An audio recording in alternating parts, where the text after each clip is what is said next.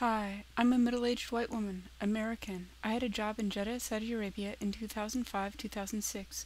This movie is about the college where I worked and my time in Jeddah. Women can't drive in Saudi Arabia. Generally, they can't take public transportation either. The college and our compound provided us with buses. A number of women I knew had their own car or shared a car with their friends or their family. Another type of transportation was the taxi. Women who just arrived had to figure out who was going to be a good taxi driver. We were on the road a lot because it took between 30 and 45 minutes to get to and from work. Then we had to make special arrangements to be able to go grocery shopping, do social events, or get together with friends. Jeddah has people from all over the world, so you gotta learn how to communicate and how to get around the city so you can go out and meet people. In most places, I felt accepted and respected. Okay, this is the inside of my school. This is the third floor of Dar Al-Hekma College, the graphic design department. We're going over to the stairs. This building had a number of skylights. It was sunny a lot in Jeddah. In fact, it hadn't rained for 2 years by the time I was there. See the chairs? They're from a cafe on the first floor. The cafeteria was on the second. I'm gonna speed this up a little bit. Work was fun, but it was really challenging. Seems like there was a need for greater organization and a higher level of professionalism. One of the things that happened to me and to others is that our teaching assignment would change the day before the semester would start, so we wouldn't have anything prepared. It was really challenging. The faculty, staff, maintenance, and servants were all women. The building is unified by a central column of space connecting the wings. Above, there was a stained glass dome, below a mosaic floor. Here on the left are the cubicles for the adjunct teachers. We're almost to the elevators. The elevators were always busy. There are mirrors inside the elevators, and people used to check their makeup all the time. Now on the left is the supply store. The loudspeaker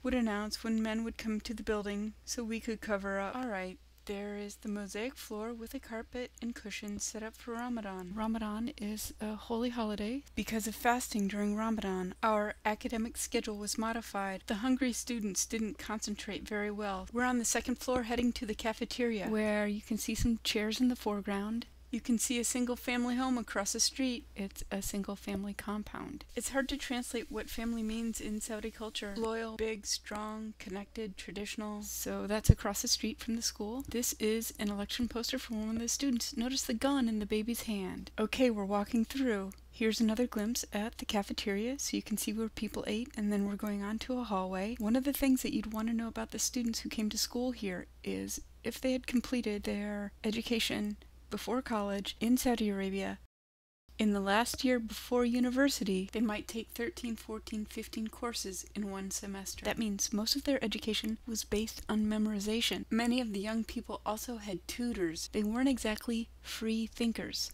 These people are part of the family who rule Saudi Arabia. They believe in education for women. I'm gonna say it again. People learn a lot by memorization. Remember, Islam shapes the approach to education in Saudi Arabia. One of the highest achievements for an individual is to commit the Quran to memory. We're almost to the ground floor. So what impact does a lot of memorization have on a student's capacity to learn? Sometimes it means that students can follow concepts, but they don't have the best analytical skills to make their own concepts. Alright, I want to draw your attention to this carpeted wall and the dark doorway. It's part of the auditorium. In fact, that's an auditorium entrance. While I was there at the school, one of the things that would happen is we would get locked in the auditorium during cultural events. We were locked in because the students would get bored. They'd want to leave the auditorium. There. That's the front door. They would want to go directly out the front door and live their lives. To get out, you'd go past the college security, down the stairs, out the door, then past the religious police, mutawa, Muslim men making sure women were covered. Then you'd have to find your driver. Now this door is near the child care center. It was locked during the day because there was no security out there. When it was open, the smokers would hide in the garden to take a minute. Beyond the locked door is a locked gate. I guess you gotta rise up to look out.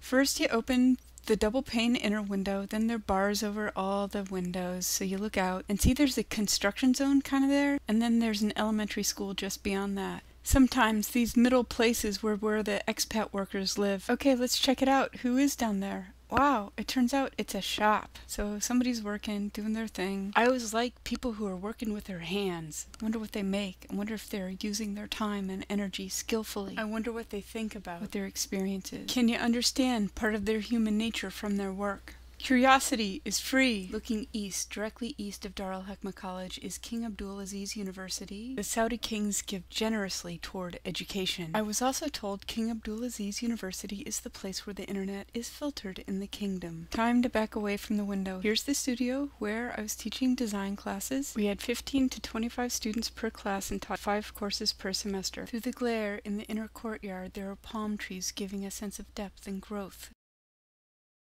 Being inside's fun, but I like getting out, too. We're driving on the south side of King Abdulaziz University now. Look, just ahead of us. There are 2 cars sharing the same lane. Notice the traffic. Everybody's stopping. Now watch. See that white truck go across 4 lanes of traffic? It gotta get home. That little Isuzu. Going home. We haven't gone more than a mile or 2 from my school. Hey, check out that Toyota shoving the Suzuki over. No turn signal. Interesting driving. Spontaneous cooperation. Collaboration brings people together? Gotta start young to master this traffic. Are we living on blessings? I went to Jeddah to live and learn, not to hide away in a beautiful place. I was naive, but I knew the cultural change would cause me to lose part of myself. I was told I would become either more American or absorb the culture around me and go native. Amazing people offered comfort, saying, "We're more the same than different." I started to believe I'm not alone in this, until corporate and religious values manipulated my vision. If we're more the same than different, then naturally we're getting closer as we go. I decided to get up, walk, meet people, look at them in the eye, and find a new balance. If I'm still communicating when I'm old, how can I tell the stories of all the things that blinded me? How can I talk about what I've closed my eyes to? I better stay open and keep going.